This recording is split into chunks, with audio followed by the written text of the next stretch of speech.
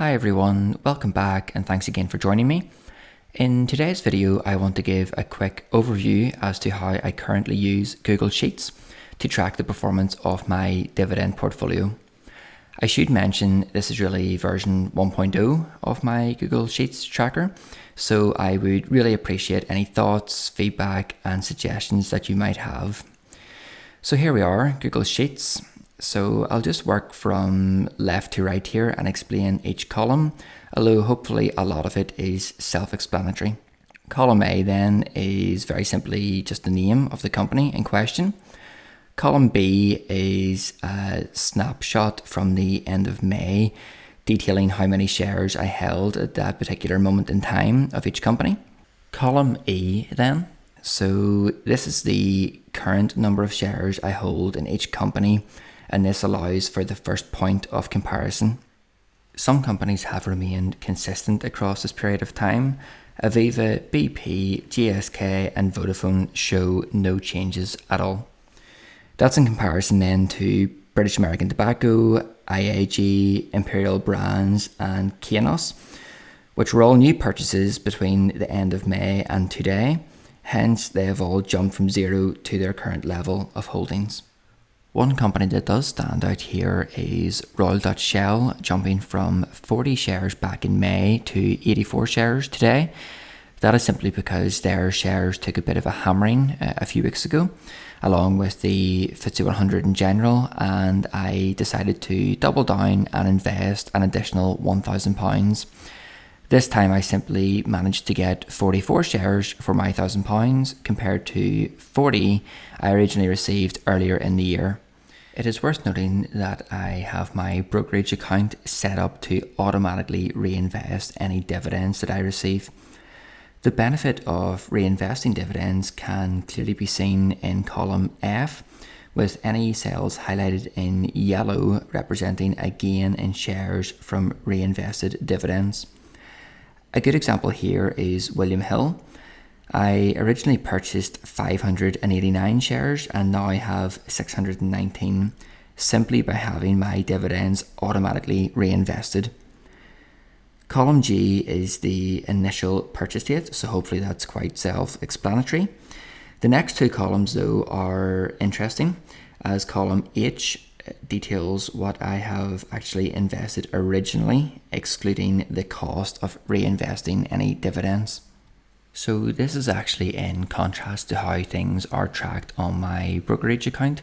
So if I switch back here to Hargreaves Lansdowne, this is my account, and if I scroll back down to the bottom, you will see that they have the value as the same as I have in the Excel. However, the cost is different, and that is because they include any reinvested dividends as a cost. However, I like to track myself in the Excel what I've actually invested initially. So in terms of a side-by-side comparison, HL has my performance so far as being £825 or 6% down, whereas I have it recorded on Google Sheets as being less than £600 down, which is approximately 4.5%.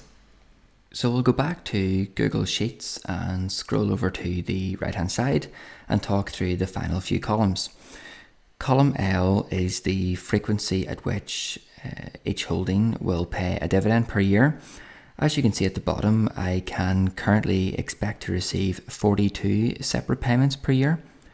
A short-term goal of mine is to increase this to 52, as it would be nice to know that on average I will receive a dividend payment every week of the year.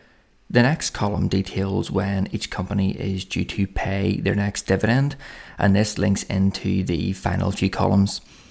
You can see that I have split 2019 and 2020 into their quarters. Any figure in a white cell is what I expect to receive, and anything highlighted in green is a confirmed dividend payment that I have already received. This simply helps me track and also forecast dividends coming through. For now, I've only really focused on what's coming through until the end of 2019. So I've been experimenting a fair amount with Google Sheets, as you might imagine, and how best to utilize it for tracking my portfolio. Hence you can see quite a few different tabs along the bottom here. However, for now there are just two more that I want to talk through. Firstly, this one tracks the actual payments that I've received through my ISA account, and also my individual shares that are paying dividends. And you can see them plotted here in the graph. And then if I scroll down, you can see them collectively plotted together in a combined monthly income graph. So the final tab I want to discuss in the video relates to the holdings I have in each of my dividend paying funds, which I personally hold within my ISA account. So if you watch my previous video, I included this graph, which details the future dividends that I expect to receive from my ISA funds. This graph was generated from the figures in this tab. So what do we have here? Well, firstly, in green, this is the balance that I expect each fund to be at for every month into the future. This is simply based upon a steady monthly investment of £100 per fund. Of course, this doesn't factor in any other fluctuations in the value.